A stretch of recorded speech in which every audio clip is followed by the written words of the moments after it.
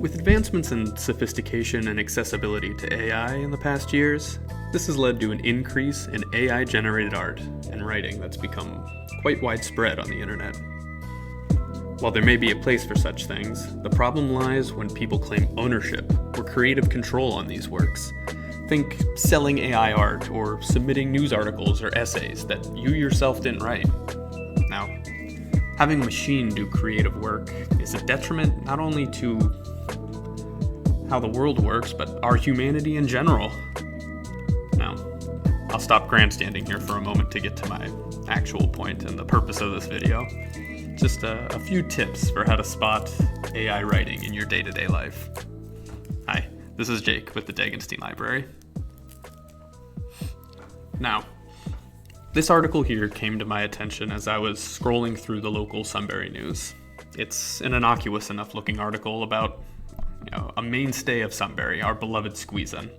Now, I'm going to try my best here to, recreate my first impressions and tell you what stood out to me personally as AI, some of the red flags that popped up.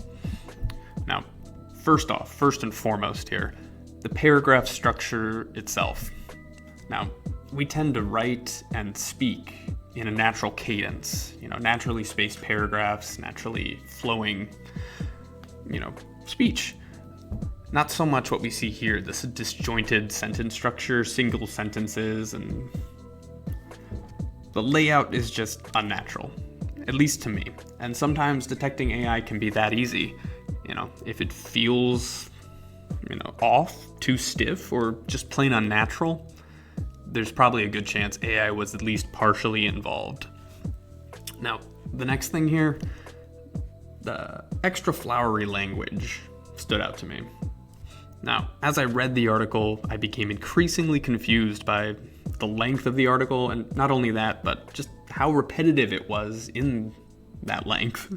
It goes on and on and on, speaking in circles with, like I said, this flowery, frilly language, inserted asides that attempt to add humor and a little bit of humanity.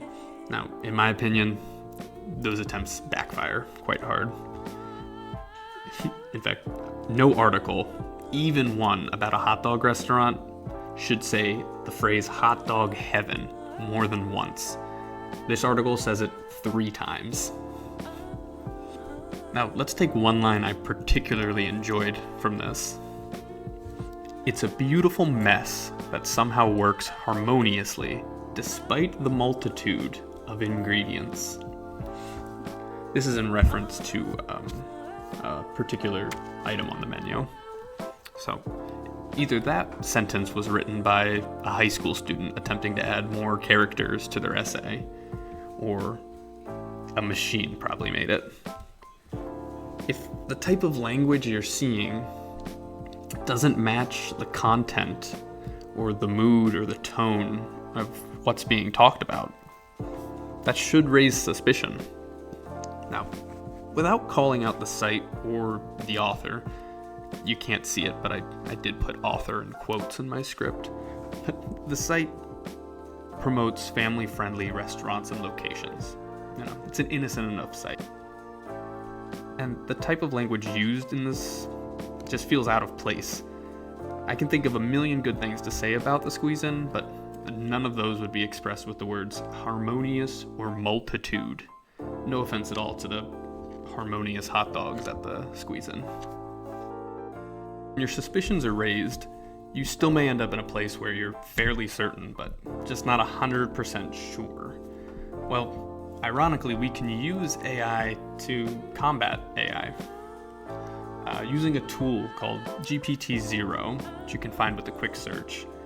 There is a plethora of other AI checkers, plagiarizer checkers, but I ran some of the samples of this article through GPT-0. And again, while it's not a surefire way to catch computer-generated text, just ask any teacher or professor. They know the struggle. These still can be useful tools. The results that I got back from GPT-0 here came to a conclusion of, we are highly confident this text was AI generated, with the site detecting 98% AI usage and 0% human input. AI programs are trained on real human writing, so it's not uncommon to get a percentage of AI detected in just about any writing sample. 98% should be alarming, with 0% human. Now, you might be thinking this is an article on a hot dog restaurant in Pennsylvania. Why is that alarming? Why is it alarming? Well, generative AIs are taught to generate by essentially being fed information. Existing writing samples, photos, art, our own faces and voices.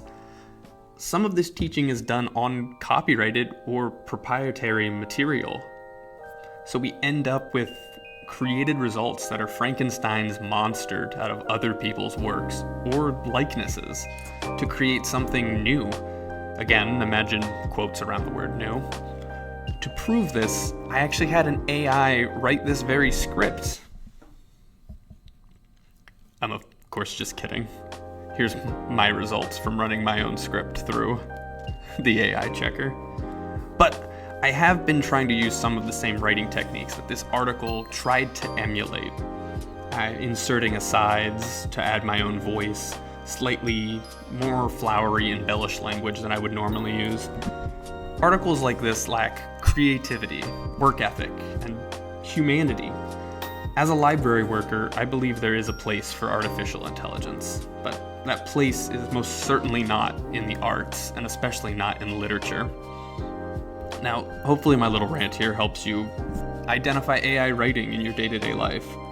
The problem is when we stop being able to tell the difference. That's when things get scary. As always, stay curious and happy reading. I've been Jake from the Dagenstein Library.